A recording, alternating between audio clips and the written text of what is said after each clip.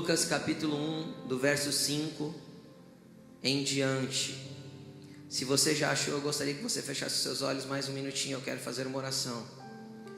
Pai, nós apresentamos essa palavra a Ti, Senhor, que ela possa orientar, instruir, confrontar, alinhar, trazer aquilo que é do Teu reino para as nossas vidas.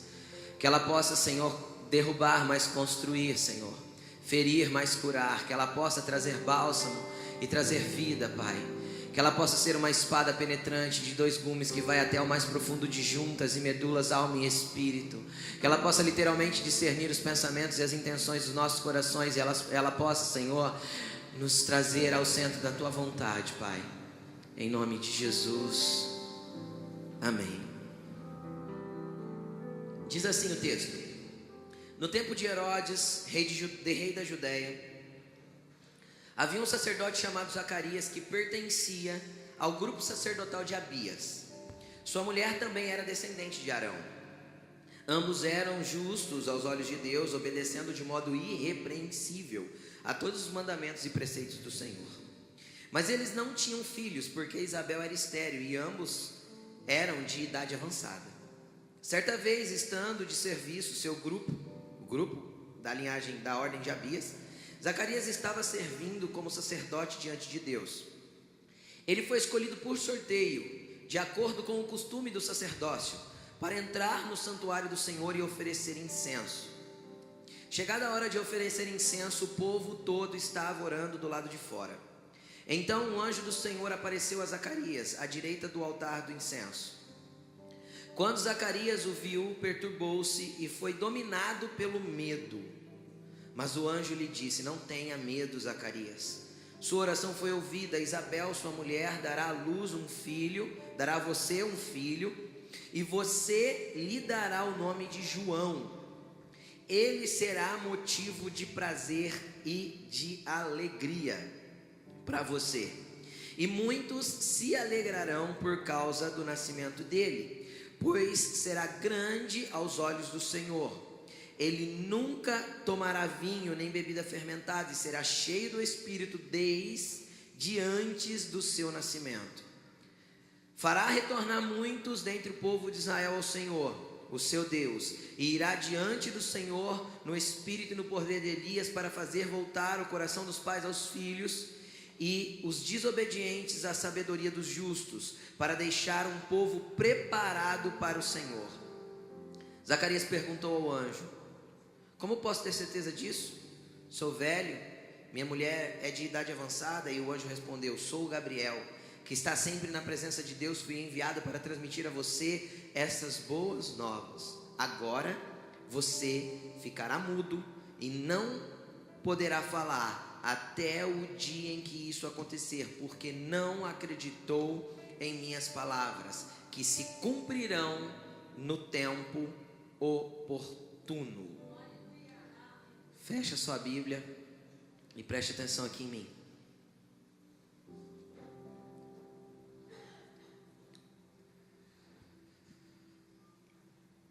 O Senhor colocou no meu coração para falar uma coisa que às vezes você já ouviu falar, mas você não entende bem. Ou às vezes você entende bem, mas você vai ouvir de novo. Nós vamos falar nessa manhã a respeito de cargo e encargo.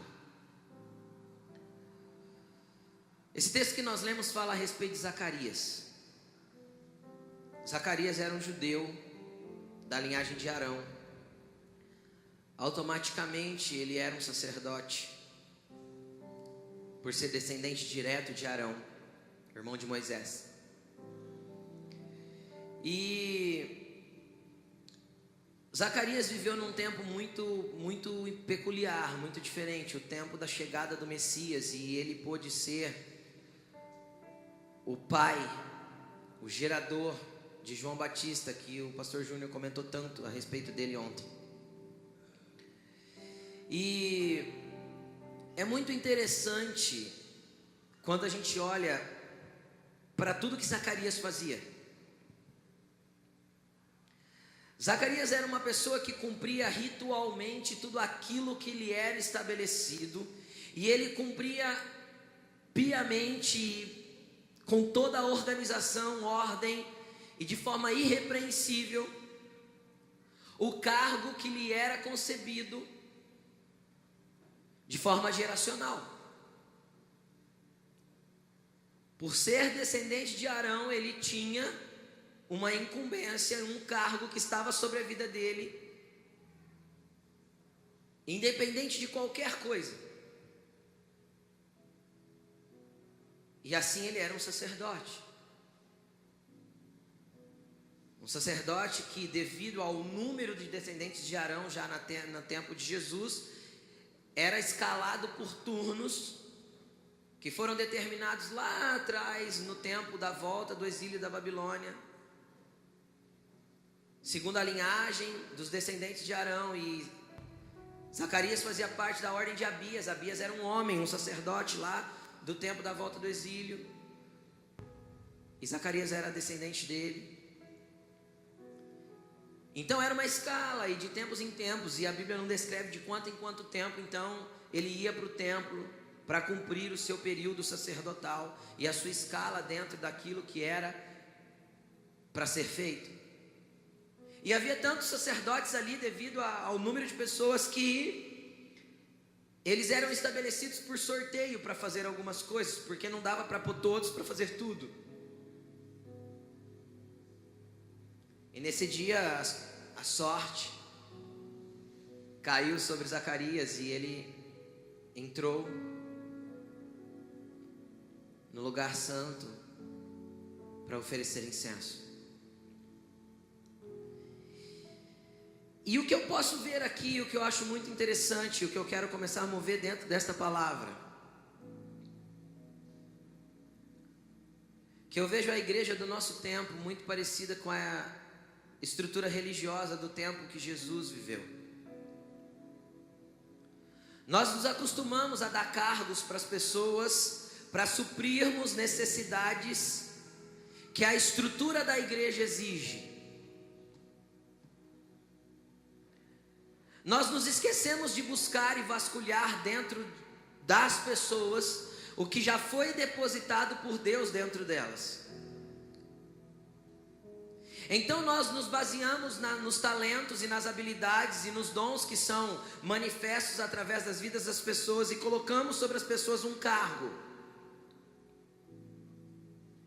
E montamos uma escala e criamos um ritual. Hoje é teu dia de fazer isso, e numa segunda situação é teu dia de fazer aquilo. E as pessoas têm vindo para a igreja de forma mecânica, para cumprir coisas que não foram chamados para fazer, que não foram designados por Deus para fazer, que não estão encarregados de fazer.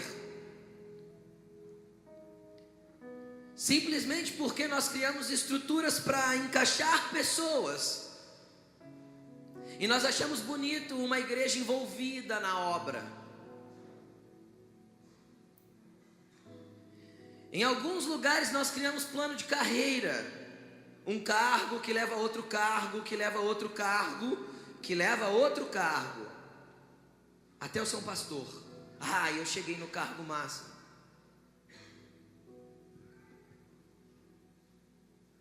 Pastor não é um cargo, é um encargo. Se eu não fui chamado para ser não adianta eu tentar ser. Se Deus te chamou para ser um empresário, querido, e gerar riquezas para o reino, não adianta você querer ser pastor. Se Deus te chamou para ativar pessoas de forma que ninguém veja, não adianta você querer estar no púlpito. É necessário que você comece a entender o que existe liberado por Deus dentro da sua vida, aquilo que Deus tem enchido você e carregado você para que você flua na presença dEle.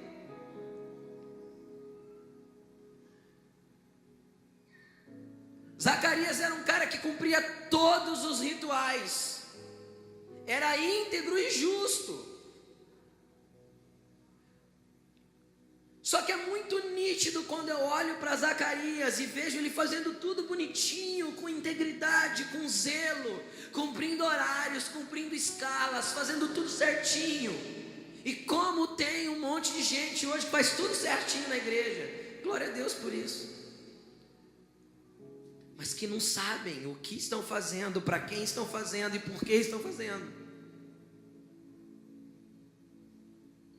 Não sabem. Eu vejo em Zacarias isso, por quê? Porque apesar de Zacarias ser um sacerdote, ou seja, quando eu vejo lá atrás Arão, eu vejo Arão lidando com coisas sobrenaturais, ele e Moisés. Eu vejo Arão lidando com uma presença sobrenatural que descia sobre o tabernáculo, e a presença de Deus manifesta em cima da arca da aliança, e Arão estava lá, envolvido com aquele sobrenatural, para que ele pudesse derramar sobre o povo isso. Mas eu vejo Zacarias num momento em que não havia sequer uma gota da presença de Deus, e ele não estava sequer preparado para ter a visitação de um anjo. Zacarias não estava sequer preparado para ter uma visitação do Senhor por um anjo. Ele não sabia lidar com o sobrenatural, ele não sabia lidar com o espiritual.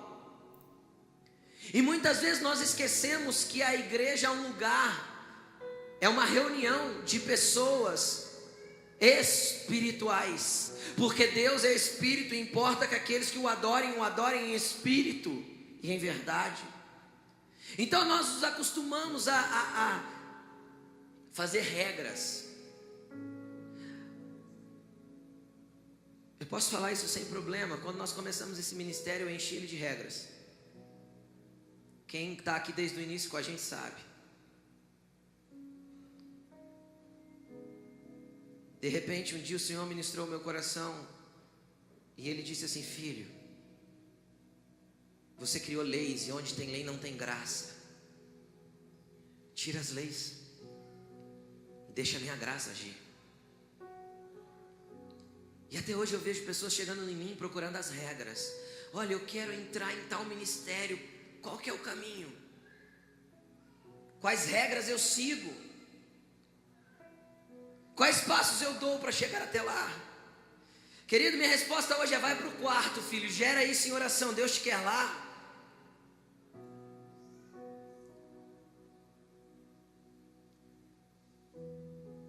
Porque enquanto nós estabelecermos cargos, nós vamos perder encargos.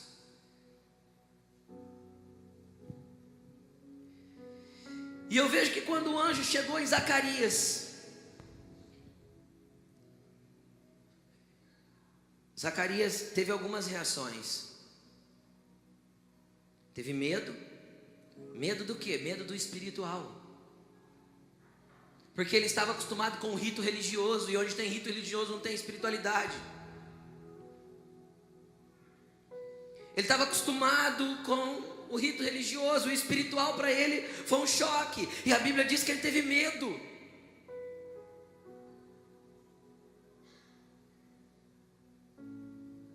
Aí eu vou lá em 1 João, no amor não há medo, porque onde é aperfeiçoado o amor, ele lança fora todo o medo.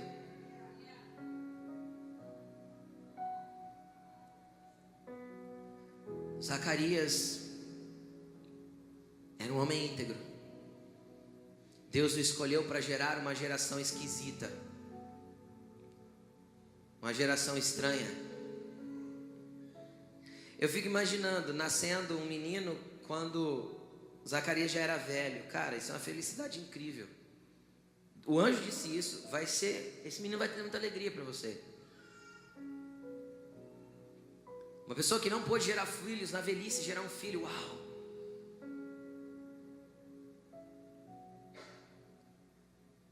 E eu fico imaginando Zacarias como um judeu irrepreensível. Um judeu irrepreensível começaria a ensinar as leis do Senhor para o seu filho desde a sua pré-infância. Eu fico imaginando Zacarias sentado com João, falando: meu filho, você vai ser um sacerdote, e eu vou te ensinar como que você vai fazer cada coisa no seu sacerdócio. Deus te escolheu para um grande encargo, não para um grande cargo.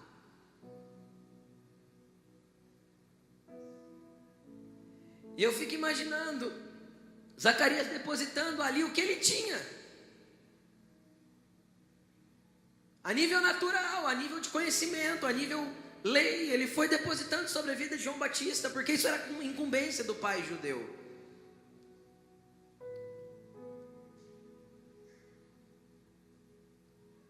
Mas eu fico imaginando o dia que João falou que ele não ia andar nas pegadas de Zaca.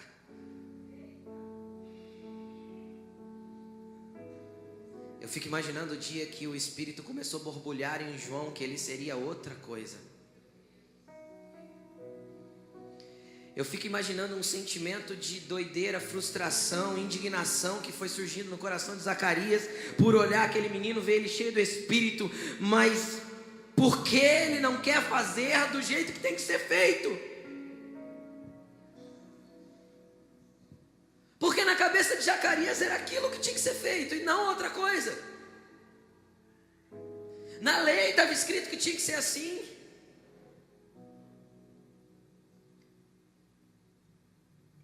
E eu não sabia a história que o pastor Júnior encontrou ontem, que ele foi morar lá com os outros caras lá, outra linhagem de judeus, eu não lembro o nome, não decorei. Eu fico imaginando o dia que Zacarias teve que liberar João.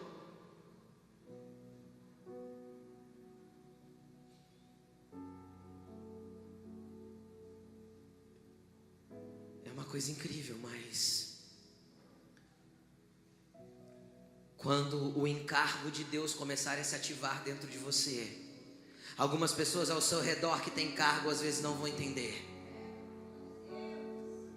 Quando o encargo de Deus começar a borbulhar dentro de você, algumas pessoas vão falar, não é por aí. Principalmente os que não estão prontos para encontrar o sobrenatural de Deus, como Zacarias não estava pronto.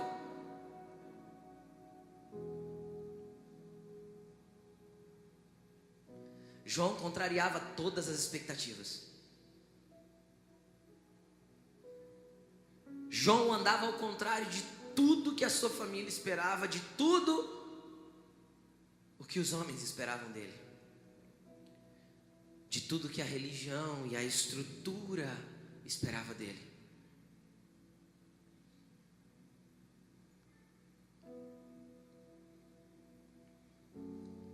Eu fico imaginando como o pastor Júnior falou ontem,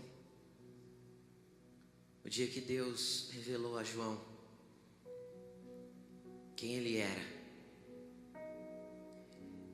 O interessante é que quando João for ser batizado no sentido de dar um nome, foram dar o nome para ele. Lá no versículo 59 de Lucas 1 diz que quiseram dar o nome para ele de Zacarias, mas João ainda estava, Zacarias ainda estava mudo.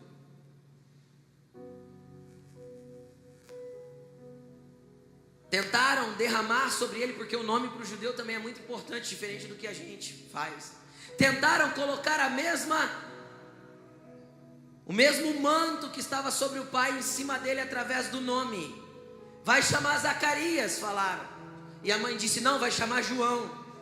Aí perguntaram para o pai pegou uma tabuinha e escreveu, o nome dele será João.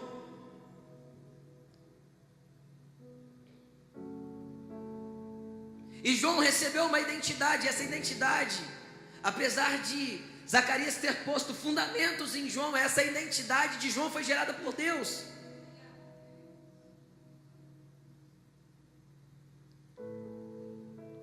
Perguntaram para João, quem é você? Ele respondeu, eu sou a voz do que clama do deserto, prepare o caminho para o Senhor. Essa identidade foi gerada por Deus porque existia um encargo dentro dele que ele não podia conter, que ele não podia reprimir, que ele não podia tentar fazer diferente. Era impossível para ele se movimentar de outro jeito. Até o dia que ele se apresentou no deserto batizando,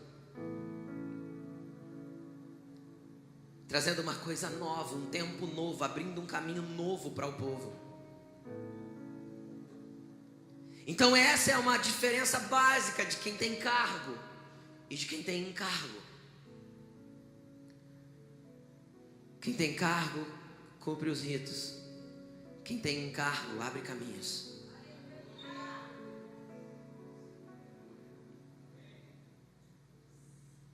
Aí, a gente continua vasculhando a palavra. E a gente vê não só Zacarias e João, eu poderia citar, por exemplo, Arão, ele tinha um encargo. E Eli tinha um cargo. Até que Deus derrubou ele da cadeira e tirou o cargo, o filho e a descendência dele do cargo, porque não entendiam o que estavam fazendo.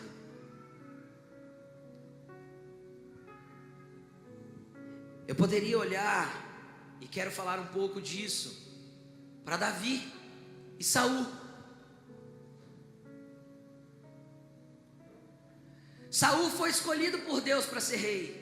Se a gente ler a história de como ele foi procurar as jumentas, e Deus conduziu ele até Samuel, Samuel já esperava ele, e preparou uma comida para ele, profetizou e liberou sobre a vida dele, e ele saiu dali, ele foi cheio do Espírito Santo, e a Bíblia diz que ele estava entre os profetas e profetizava.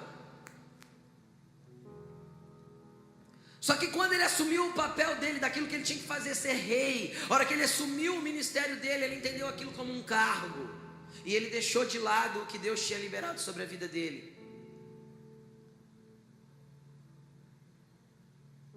Só que dentro da mesma geração, Deus começa a levantar Davi.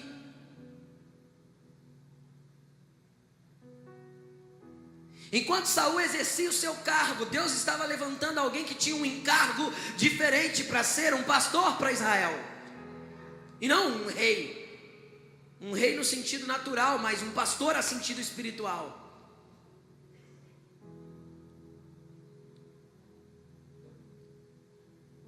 E quando eu olho para a trajetória da vida de Davi, eu vejo Davi muito atento a uma coisa que faz com que nós venhamos usar o nosso encargo da maneira que Deus quer que nós usemos. O entendimento de tempos e estações que vivemos.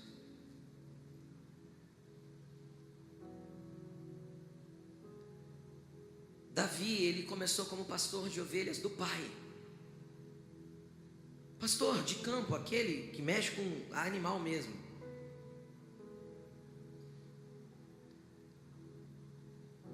E naquele tempo Deus havia chamado ele para aquilo.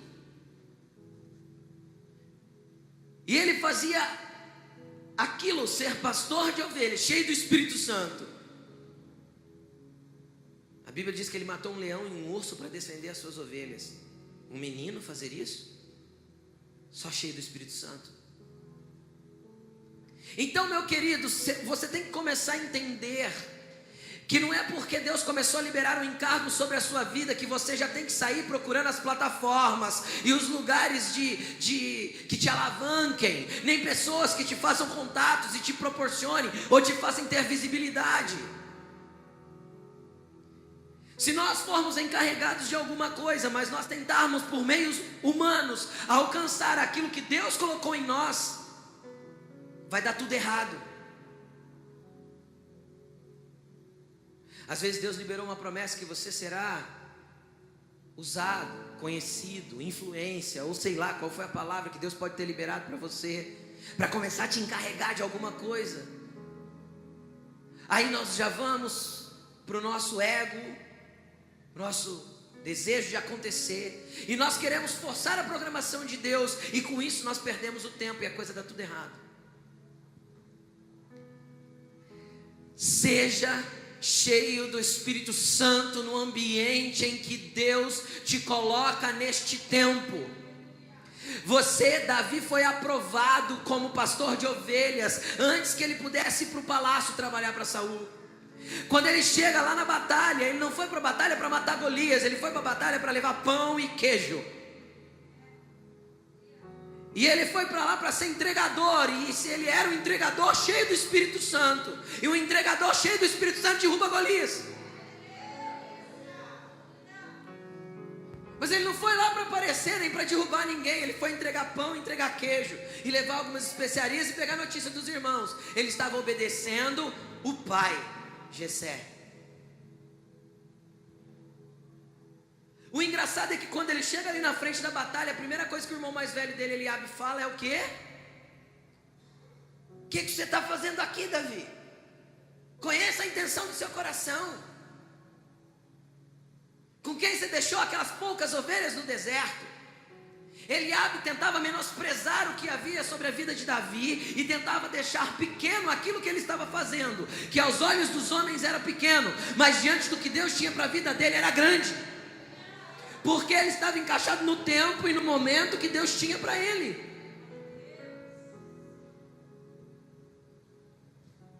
Com quem você deixou aquelas poucas ovelhas no deserto?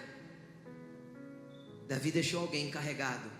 Sabe por quê? Porque quando Deus mover a sua esfera ministerial, mover o seu encargo para um lugar diferente, você terá deixado estruturas para cuidar daquilo que foi construído por você antes. Davi não deixou as ovelhas abandonadas, não deixou. Ele tinha alguém para pastorear as ovelhas que até então eram incumbência dele, até aquele tempo. E quando Deus moveu o tempo, ele derrubou Golias e foi chamado para ser arpista real, para tirar o capeta, o cão do couro de Saul.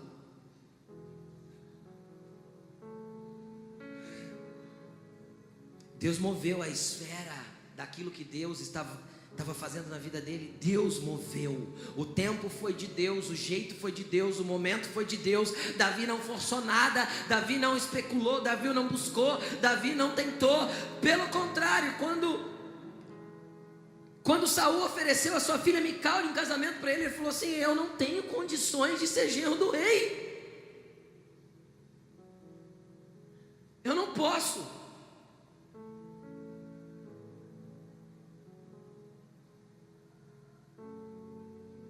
Mas Deus o colocou lá. E quando Deus coloca, o homem não pede dote. O homem põe um desafio. E às vezes o desafio vai ser tanto quanto estranho. Para Davi, Saul falou assim: não precisa me dar prata nem ouro, não precisa me dar nada. Eu quero que você me traga 200 prepúcios, 100 prepúcios de filisteus. Que isso, pastor? 100 órgãos genitais masculinos dos filisteus. Isso mesmo, era para matar 100 homens, cortar e trazer para Saul. Por que Saul queria isso eu não sei, mas ele pediu.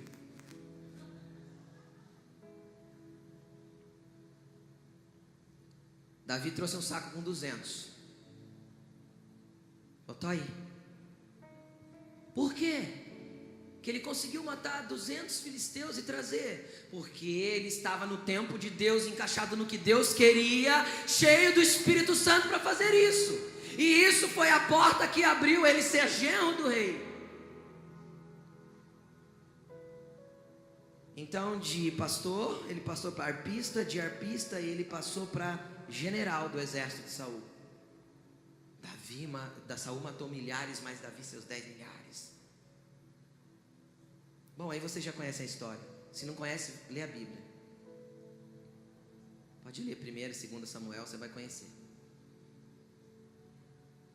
Mas eu não quero falar exatamente sobre esses tempos de Davi. Só dei isso para você entender que não adianta você forçar o encargo que Deus coloca sobre a sua vida. Você tem que deixar Deus mover isso, que no tempo certo as coisas vão acontecer do jeito dele e não do teu jeito.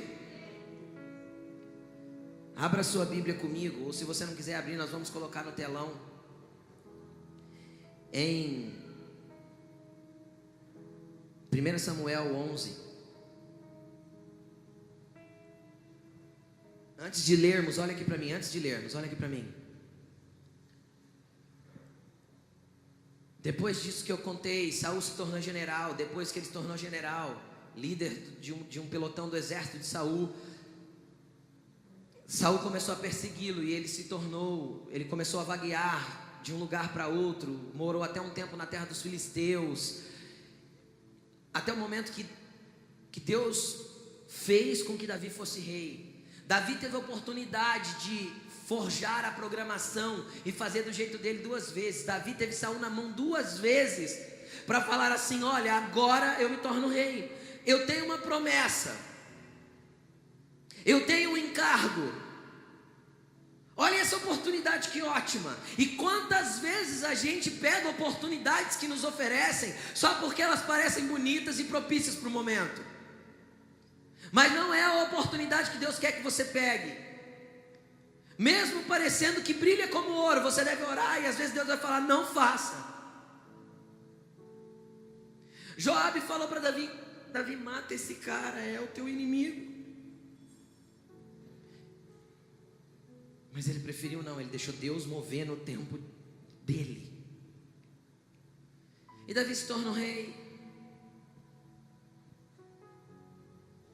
Estabeleceu o seu reino, conforme a promessa de Deus, conforme o encargo que Deus derramou sobre ele.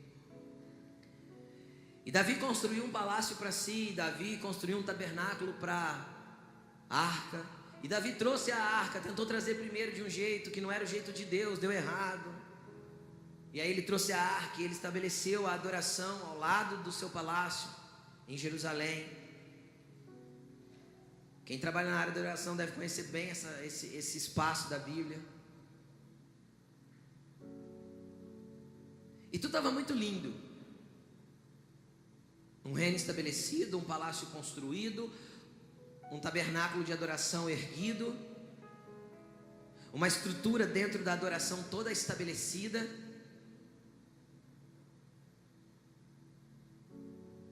Tudo chique, lindo. E quantas vezes os ministérios nossos chegam a esses lugares que parece que tudo está grande, lindo, bonito, acontecendo, e a gente está feliz, porque é bom quando Deus nos leva na onde Ele quer que a gente vá. Aí acontece algumas coisas do tipo que aconteceu nesse texto que nós vamos ler. Olha, vamos ler aí, 2 Samuel. Acho que eu falei primeira para você, né? 2 Samuel 11:1.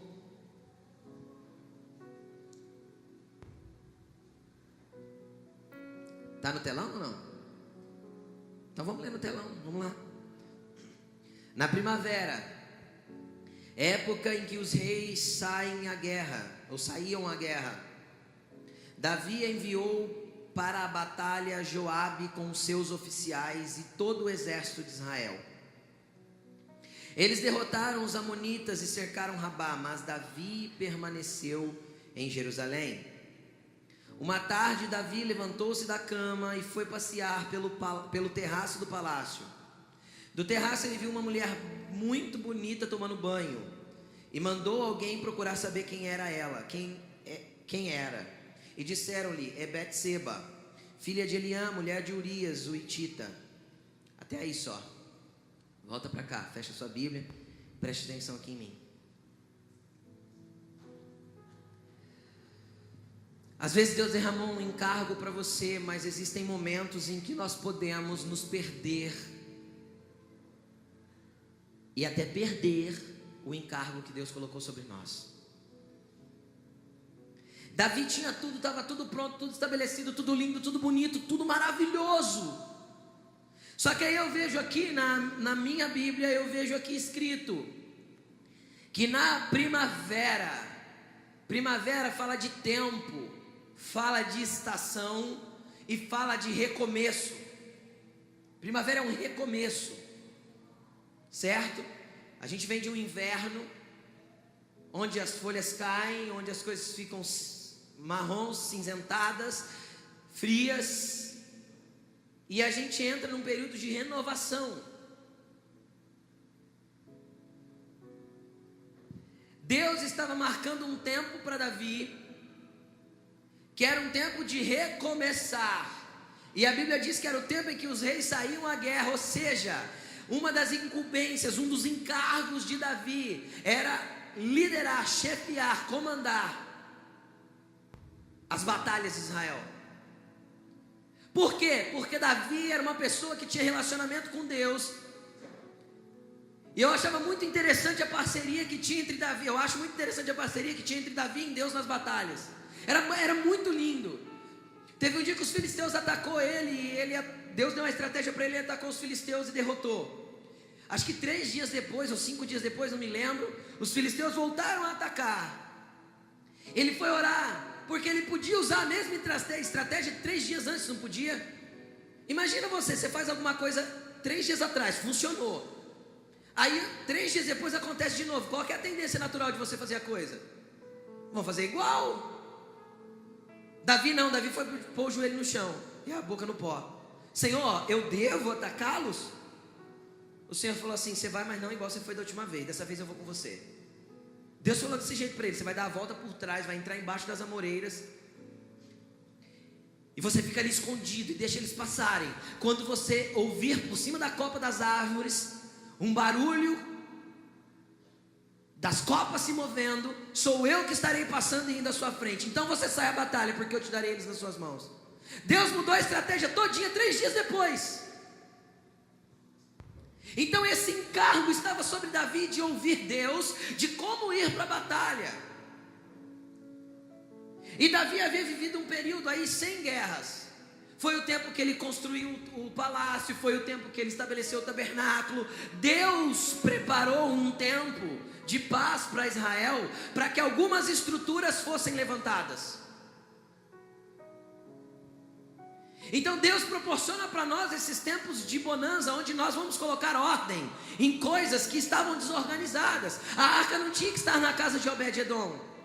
A arca tinha que estar em Jerusalém, o lugar que Deus escolheu para ela estar. Então vão existir momentos que você vai estar fazendo muita coisa, mas Deus vai parar tudo, para que você levante estruturas daquilo que Ele quer que aconteça, daquilo que Ele quer que seja feito, e que você coloque ordem em coisas que precisam ser colocadas em ordem. Então, na hora que eu vejo primavera, eu vejo que era um tempo de Davi voltar para a guerra. Era um tempo dele recomeçar as campanhas de batalha de Israel, para aumentar o seu território, para ampliar o reinado de Israel. Só que Davi não soube discernir e entender esse tempo, e quando nós perdemos o tempo de Deus, nós sofremos o risco de perder o encargo, ou de ficar desconectado com o tempo daquilo que Deus está fazendo. A gente vê aqui que Davi ficou no palácio e mandou Joabe, todos os seus oficiais e todo o exército para a guerra. Sabe o que acontece? Normalmente, quando nós construímos estruturas ministeriais que elas parecem estar bem consolidadas, nós não queremos às vezes recomeçar alguma coisa que já passamos, mas às vezes o tempo de Deus diz que é hora de recomeçar. No caso de Davi, esse tempo era um tempo de recomeçar coisas que ele já havia vivido e já havia passado. Eu penso que Davi não queria catar uma espada de novo, não queria ir para a guerra outra vez, não estava mais no coração de Davi. Mas o tempo de Deus dizia: é época dos reis voltarem para a guerra, é época de primavera, é recomeço. Mas ele não entendeu isso e ele perdeu o compasso de Deus. E quando nós perdemos o compasso de Deus, o pecado jaz à porta. Mesmo eu sendo cheio do Espírito, mesmo eu tenho uma estrutura linda, mesmo o meu ministério fluindo, mesmo tudo acontecendo, quando eu perco o compasso de Deus, o pecado vai bater a minha porta e ele vai me levar fácil. Davi tinha toda uma estrutura, meu palácio, meu tabernáculo, e eu penso que Davi pensou: se eu for para a guerra, como eu vou adorar? Como eu vou poder pegar a minha arca e ir para a presença, a minha harpa, e ir para a presença da arca e adorar o meu Deus? Lá na guerra eu não vou poder fazer isso. Então, Senhor, eu vou ficar com a adoração na minha estrutura que eu construí, em tudo aquilo que o Senhor me deu, e eu não vou encarar novamente aquilo que já passou. Falando a nível de igreja, querido, às vezes você já lavou o banheiro, mas Deus te pede para lavar banheiro de novo.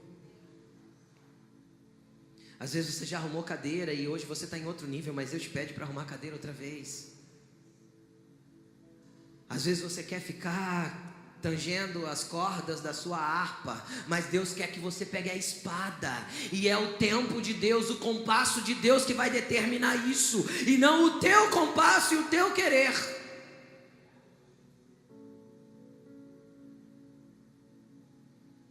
tem coisas que você precisa recomeçar, recomece. Mas entenda o compasso e o tempo daquilo que Deus está determinando para a sua vida, para o seu ministério. Aí Davi, o que ele fez? Bom, já que eu estou com a estrutura toda pronta, mas tem uma guerra e eu preciso batalhar, vou mandar um representante. Joabe, ninguém melhor que o general, né? Joabe, vai lá. Luta contra Moabe, sitia Rabá.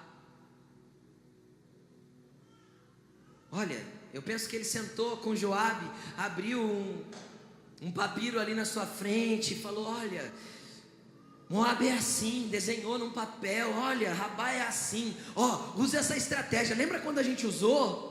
Aí a nostalgia começa a fazer parte do ministério. Ontem nós fizemos assim naquele tempo e deu certo, vamos fazer de novo. Fulano está fazendo assim, deu certo, vamos copiar o modelo.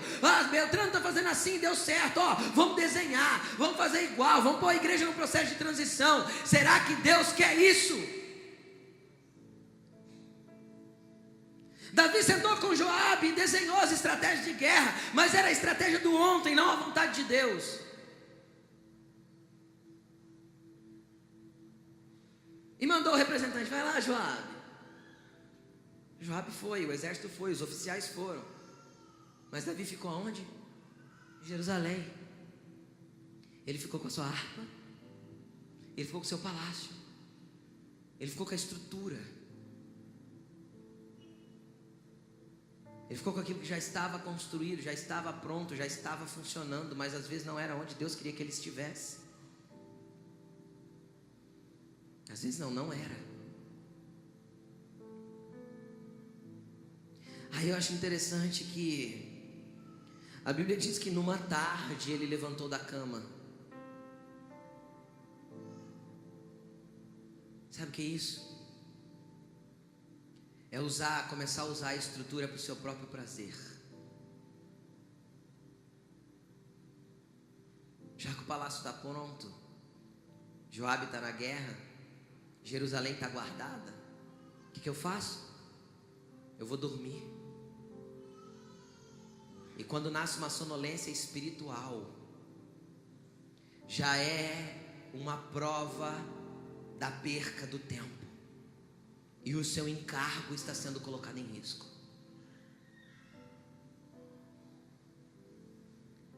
Numa sonolência da tarde, Davi já não enxergava o que tinha que enxergar, já não entendia o que tinha que entender, já não se movia como Deus se movia, já não via a voz de Deus, já não tinha a direção dele, mas ele enxergava Batseba nua. Os olhos de Davi começaram a sair do que era de Deus e começaram a entrar no pecado, porque ele perdeu o tempo e o momento daquilo que Deus estava fazendo. E ele começou a usar a estrutura para o seu próprio benefício, tanto a sua estrutura militar, como a sua estrutura de palácio, como a sua estrutura de adoração, em prol de si mesmo.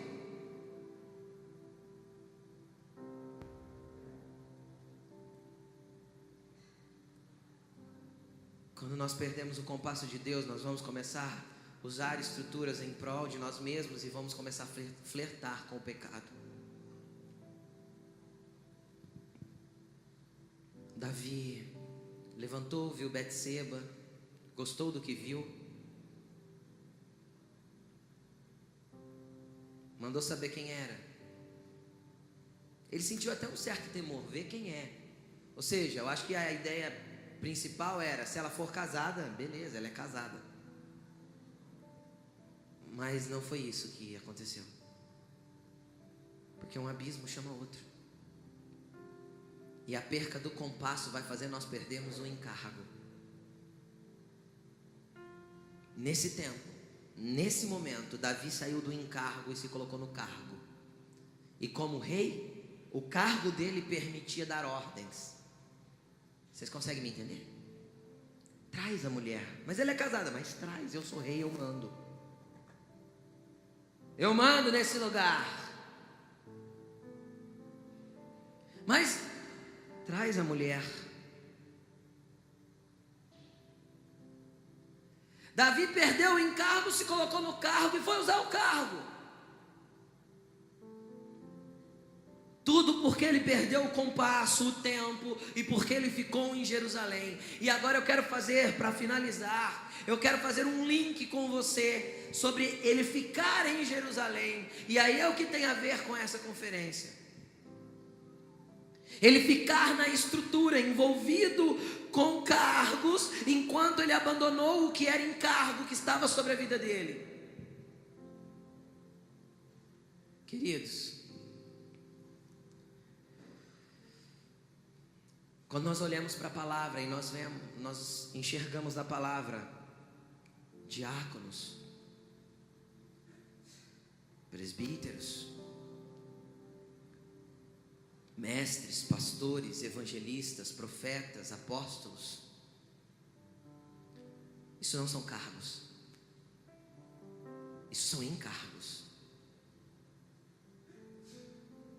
A partir do momento que eu começo a usar isso para o meu próprio prazer, ou usar como um cargo para dar ordens, porque afinal eu tenho cargo, ou quando eu começo a almejar isso, não pelo que tem dentro de mim, mas porque a estrutura parece que é mais bonito, e a gente às vezes coloca até assim, ó, apóstolos, profetas, evangelistas, pastores e mestres. Esse é o desenho mais ridículo que se pode ter.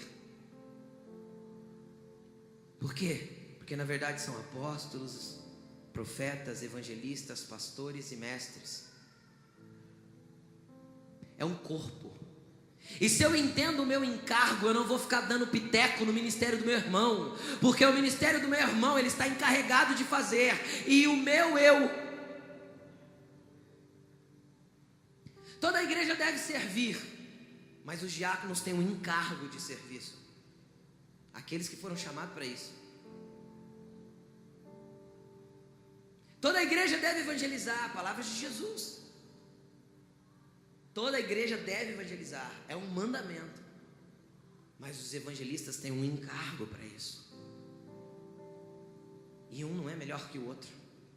Só se complementam dentro do corpo, se interligam, formam uma massa, uma ação, um corpo que se movimenta organicamente para ser aquilo que o Senhor quer que a igreja seja. O problema é que a gente aspira, eu vou ser diácono, depois eu me torno, sei lá, evangelista, aí eu passo para, sei lá, presbítero, aí eu me torno pastor. Não é uma cadeia de promoções e aspirações. Se Deus te chamou, filho, e te encarregou de ser um diácono, enquanto Deus estiver ali, enquanto teu tempo for para aquilo, seja um diácono, mas seja um cara que sirva no máximo de esferas que você possa servir. Quem dera eu conseguisse enxergar diáconos nos nossos dias como Estevão foi. A gente tenta usar um cargo para ser plataforma de outro. Ou Deus move a nossa esfera dentro do encargo que Ele nos deu, ou nós vamos fazer do nosso jeito. Cara, desmonte isso. Não é tempo mais da igreja ser assim. Entenda o que Deus está derramando na sua vida e aonde Ele quer que você flua. Porque existem engrenagens que funcionam, mas sem óleo elas travam. E onde Deus não está mais, ela vai travar. Onde não é mais o que Deus quer que você faça, vai travar. Mas voltando para o contexto da palavra, a Bíblia diz que ele ficou em Jerusalém. E aí eu vou lá para Lucas 24, 49, que Jesus disse assim: ficai em Jerusalém, até que do alto sejais revestidos do poder. O que eu entendo com isso? Eu entendo que não adianta chegar uma pessoa que acabou de vir lá de fora, cheios de marcas de Satanás, cheios de problemas, com traumas, com dores, com um monte de feridas abertas, e eu pôr a mão sobre ela e falar assim: o Senhor te ativa, o Senhor te libera, o Senhor te envia, sendo que é tempo dela ficar na estrutura, em Jerusalém, na tenda, se envolver na adoração, receber cura, receber tratamento, receber uma base, um alicerce daquilo que vai ser o que ela vai construir ministerialmente sobre. Então Jesus disse para os apóstolos: fiquem em Jerusalém. Na verdade o texto está escrito: fiquem na cidade. A cidade era Jerusalém. Fiquem na cidade até que do alto vocês sejam revestidos de poder. O que Jesus estava falando para os apóstolos? Olha, vocês ficaram 3 anos e meio comigo, me servindo. Onde eu fui, vocês foram. O que eu fiz, vocês fizeram. O que eu mandei, vocês já agiram. Ou seja, Jesus deu uma plataforma para eles, deu um alicerce. Aí era hora de enviá-los, mas não dava para enviá-los sem poder. E às vezes a gente confunde os poderes, porque às vezes a gente usa a autoridade, que na nossa Bíblia é traduzida como poder, na língua portuguesa, que é a palavra exousia.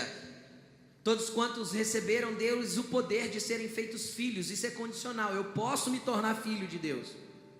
Eu tenho autoridade para me tornar filho. Do poder que Jesus queria liberar para enviar, que é dunamis. E às vezes a gente usa da autoridade para enviar alguém sem dunamis. Vai porque foi enviado pela autoridade, mas não está indo debaixo do poder, ou seja, dentro do tempo, do compasso e daquilo que foi liberado pelo céu. Jesus olhou para os apóstolos, eles estavam com o alicerce pronto, mas o encargo do céu ainda não tinha descido, porque o Espírito não tinha como ativá-los ainda. Não havia dunamis sobre eles para eles irem. Vocês conseguem entender? Então por isso é tão importante entendermos os tempos, porque às vezes você está fora do tempo, e você está indo só porque te foi dado a autoridade, poder de ir, exousia. Mas você não pode ir só sob a autoridade, você tem que ir debaixo do poder, com a autoridade que te foi liberada. Então Jesus falou para eles: fiquem em Jerusalém. Davi ficou em Jerusalém fora do templo, vocês entendem? Ele ficou na estrutura, na adoração, na cura, no envolvimento espiritual, fora do tempo que ele tinha que estar, quando ele tinha que ter ido para a guerra. Então você precisa buscar de Deus: Senhor, que tempo estou vivendo, em que situação eu estou inserido? Porque às vezes você está ficando dentro, quando Deus queria que você estivesse lá fora. Mas pastor, eu sou um músico, como que eu vou trabalhar lá fora? Cata o teu violão e vai para a praça, evangelizar e adorar lá na praça. Não almeje púlpitos e agendas, almeje almas.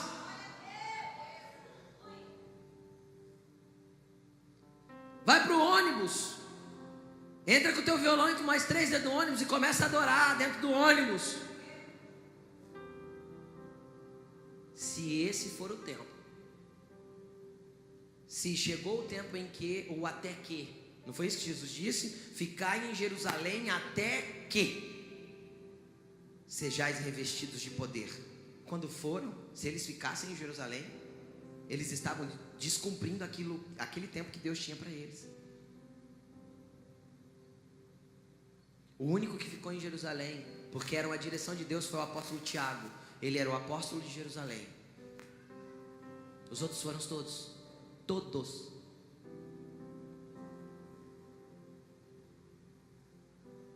E aí eu vou para Atos 1:8. Mas recebereis o poder ao descer sobre vós o Espírito Santo, e sereis minhas testemunhas. Ou seja, eles ficaram em Jerusalém até que foram revestidos do poder para ser testemunhas, não para ter cargos. Fiquem em Jerusalém até ser ungido como presbítero. Fiquem em Jerusalém até ser ungido como evangelista. Fiquem em Jerusalém até... Filho, é até o encargo de Deus se liberar sobre a sua vida, até Deus querer que você se mova. O tempo é dele, não nosso. É dele. E o próprio corpo vai discernir que isso está vindo sobre a sua vida. Você pode ter certeza. A própria igreja vai entender que esse encargo está sobre você, porque você vai poder fluir sem ter cargo. Porque quando você estiver fluindo sem ter cargo, então Deus te dará você tem um encargo, então Deus vai promover os meios. Coloque-se de pé.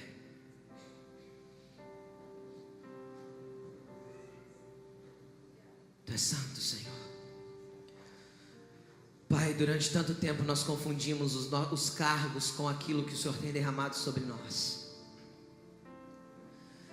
Tanto tempo nós usamos, Senhor, os cargos para tentar gerar encargos que o céu não liberou. Às vezes você é uma peça encaixada em lugar errado hoje. Como o pastor Júnior falou ontem, nós somos pedras da edificação da casa, e isso se faz juntos. Só que cada pedra tem o seu lugar. Num contexto de pedra é diferente de tijolos. E nós somos uma casa edificada em pedras, porque os tijolos são uniformes, todos iguais. E a nossa unidade não depende de uniformidade. Nós somos unidos porque construímos a mesma coisa, mas somos diferentes uns dos outros. Então cada um tem o seu lugar no corpo, e cada um é uma pedra específica em um lugar da casa. Procure entender de Deus qual é o tempo que você está vivendo, em qual lugar dessa edificação você tem que estar. Procure entender de Deus o que Ele tem para a sua vida, e não adianta você tentar bater de frente com aquilo que não é seu, tentar aprender um instrumento quando Ele não te chamou para tocar, tentar ser um pregador quando Ele te chamou para ser um intercessor. Comece a falar para o Senhor: Senhor, joga a luz dentro de mim, me faz enxergar o que eu tenho que viver e o que eu tenho vivido hoje. Me faz ver se eu estou desencaixado, mas eu quero entrar no compasso do céu, no tempo do céu, na ordem do céu, no momento do céu. Eu quero estar alinhado com o céu. Eu quero andar na edificação daquilo que a tua igreja tem que andar.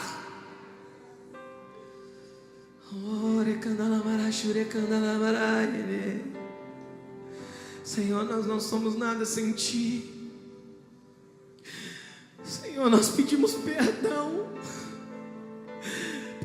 pelas vezes que nos encantamos com as estruturas e perdemos o compasso daquilo que o Senhor está fazendo e falando. Senhor, nós pedimos perdão porque tantas vezes no nosso coração nós almejamos cargos e ambicionamos promessas. Nós nos arrependemos nessa manhã por visarmos mais o nosso prazer em ministrar do que o Teu prazer, Senhor, dentro da nossa ministração.